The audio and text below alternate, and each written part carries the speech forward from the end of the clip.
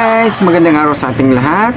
Ito po ang Gamidigs Vlog, nagbibigay tips tungkol sa pagre-repack ng mga gummy candy, manipis cracker, sampalok, dili, sweet beans, at iba pang mga kutkut. Guys, ang re-repackin natin ngayon, gummy pizza.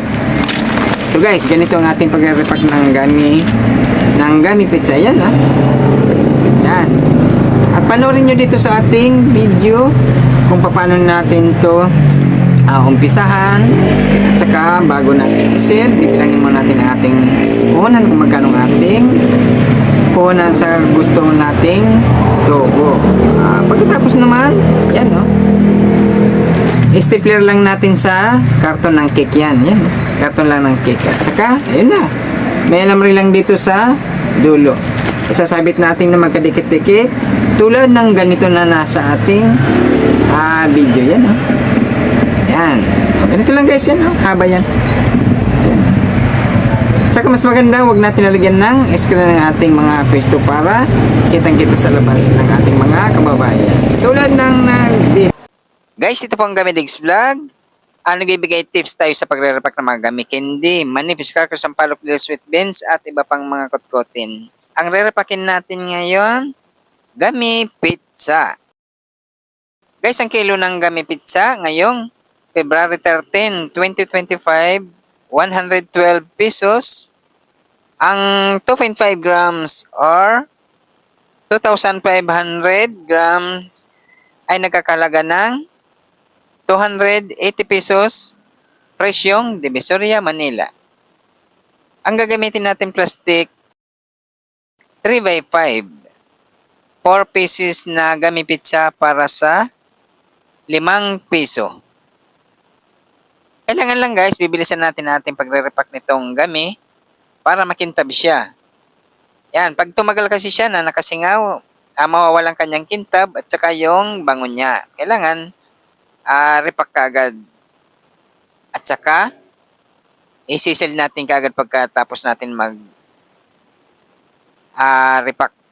Guys, ganyan lang ating gagawin kung mga baguhan pa lang tayo at gusto nyong magtinda nitong mga gummy candy at saka iba't ibang klaseng mga kutkutin. Yan, no? Panoorin lang dito sa ating video para nyo matutunan ng ating pagre-repack nitong gummy candy at kung paano tayo kikita at ang ating pagdidisplayhan guys. Ito, stapler lang natin dito sa karton lang yan guys. O, papanoorin nyo para hanggang matapos itong ating video para matutunan nyo ang kabuuan ng pagre-repack ng mga kutkutin natin. Dito sa ating channel guys, marami tayong mga video na pwede nyong panoorin at marami kayong matututunan dito sa ating mga ginagawang mga pagre-repack ng iba't ibang klaseng mga kutkutin. Ito guys ang ating nire-repack na gummy pizza. Malaking mga tubo nito guys. Yan no. Kailangan lang tayo mismo pupunta sa mga pamilihan para makakapili tayo ng magagandang klase. Ang pagpili ng kung paano magandang klase nitong gummy candy o kahit anong gummy candy or mga kutkutin.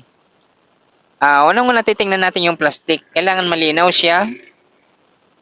Kailangan malinaw ang plastic. At saka yung mga gummy, kailangan yung makintab siya at saka hindi siya naglalagkit. Yung hindi siya nagdidikit-dikit, ganoon ang pagpili ng mga ganitong mga gummy candy. Kasi pag nagdidikit-dikit na yan guys, ibig sabihin luma na yan at saka lusaw na. Ayan ang pagpili nyo ng kung saan man kayo pupunta mga pamilihan. Halimbawa, nasa mga punta kayo mga palengke, hanapin yung mga pwesto ng mga titinda ng mga kutkutin. Yung mga nag-wholesale ang mga presyo guys. Kung andito man tayo sa Metro Manila, pwede rin kayong pumunta ng Divisoria, Manila o di kaya sa mga malapit lang na palengke sa ating mga lugar. Ayan, makikita nyo naman guys. O pwede nyo panoorin dito sa ating mga video kung magkanong mga presyohan. Pwede nyo ikumpara kung konti lang ang diferensya dito sa ating video at saka dun sa pupuntahan yung mga pamilihan. Okay na yun. Adjustin nyo na lang ang presyo nyo o di kaya yung kung magkano o ilan ang laman na gusto nyong i-presyo sa kanya. Itong sa akin guys, pang 5 piso lang to sa ay maliliit, 4 na pirasong nilalagay natin. Kasi malalaking mga gamit natin nire-repack. Depende sa laki ng mga gamit yan guys ang inyong lalagay sa ano, sa pagbabalot. Pag sobrang maliliit naman, lagpas na sa 4 ang at paglalagay. Pero kung medyo malalaking mga gamit hindi, 4 lang. Sa akin, 4, 5 piso para madali natin to maibibenta. Tsaka kayang-kaya ng ating mga kababayan. Ganyan lang ang mga presyohan nito. Ang ginagawa naman natin, dalawang klase lang. May pang 5 piso at saka pang 20 pesos. Nandyan, may video tayo dyan na mga pang 20 pesos. Pwede nyo rin papanoorin nyo para tayo din ay matutong mag-repack ng mga ganito.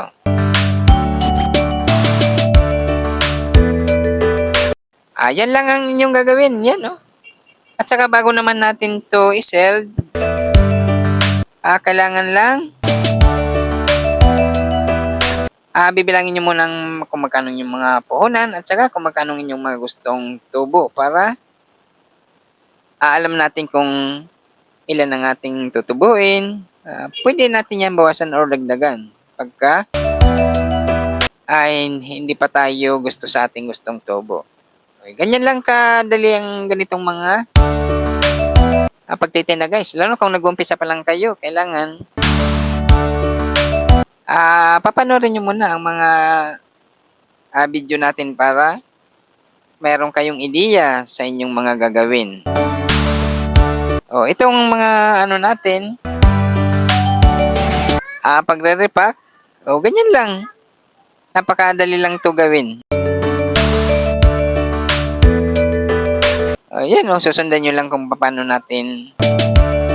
Ito ba ang ating pagsiseld guys? Inaano lang natin to, iniipit lang natin ng dahan-dahan para wala siyang hangin. Ayan, panoorin nyo ang ating video.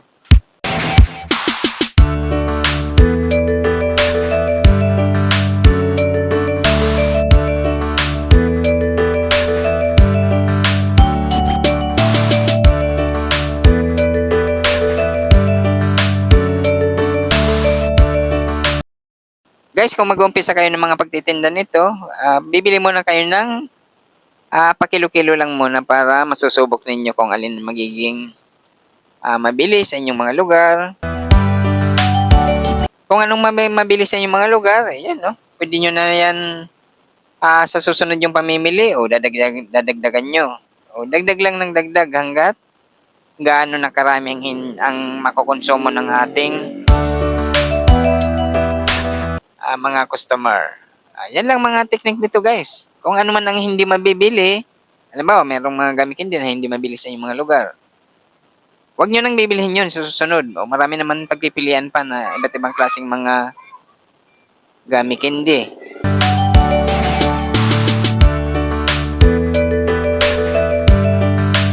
Yan, kahit konti mo nang puhunan natin sa umpisa, magmumultiply din yan kasi mabili ang mga ganito sa ating mga kababayan, mga bumibili nito, mga bata hanggang mga matatanda, bumibili ng mga ganitong mga gamikindi or iba't ibang klaseng mga kutkutin, mga mani, mga sampalok, mga dilis. Yan ang mga mabili ngayon, mga fish crackers.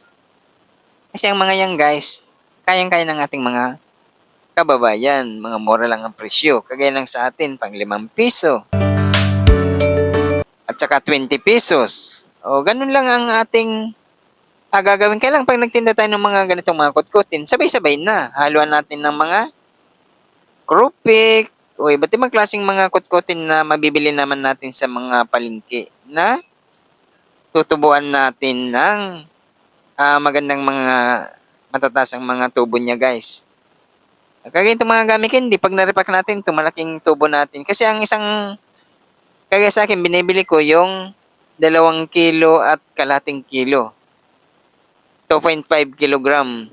Grams. Yun ang ating binibili guys. Kasi madali naman ito maubos dito sa akin. Kasi medyo matagal na tayong nagaganito. At ang mga customer natin ang lumalapit sa atin. Sila na mismo ang babalik at babalik sa atin guys. Ang kagandahan itong mga ganitong mga paninda, kasi kinakain guys. Maya wala na naman kasi kinakain siya. O, bibili na naman ng ating mga kababayan ng mga anong gusto nilang mga gamit or mga kutkutin. Yan ang kagandahan nitong mga kutkutin na pagtitinda.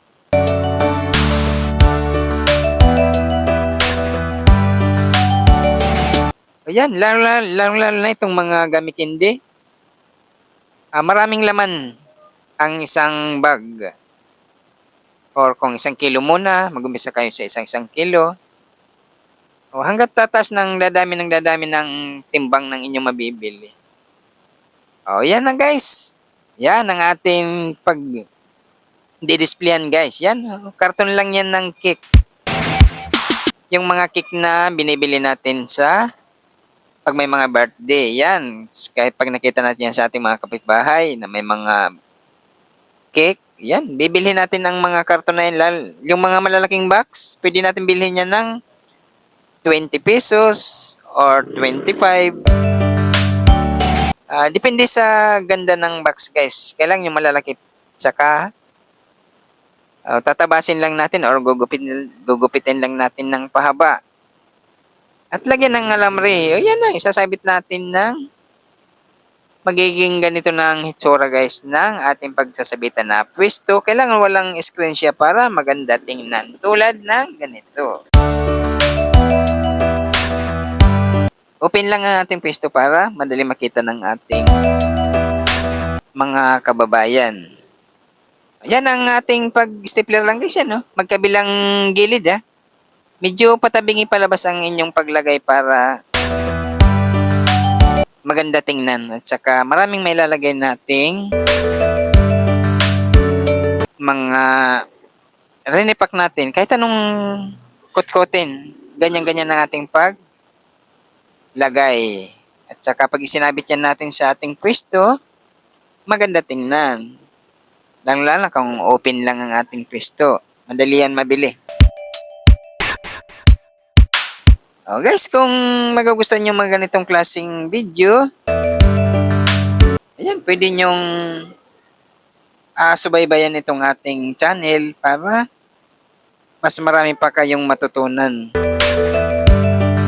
dito sa mga pagre-repack. Ganun lang, malay nyo, gawin nyo to at saka kumita na kayong mga pagtitinda. Dito matagal lang tayong nagtitinda ng mga ganito guys. Ayos na. Mabubuhay naman tayo dito. Dito kami nabubuhay. Ilang taon na dito. Nasa bahay pa tayo. Hindi tayo umaalis araw-araw para magtrabaho. Dito, magre-repack lang tayo. Pwede na tayong kumita. Ayan na guys ang ating ginawa.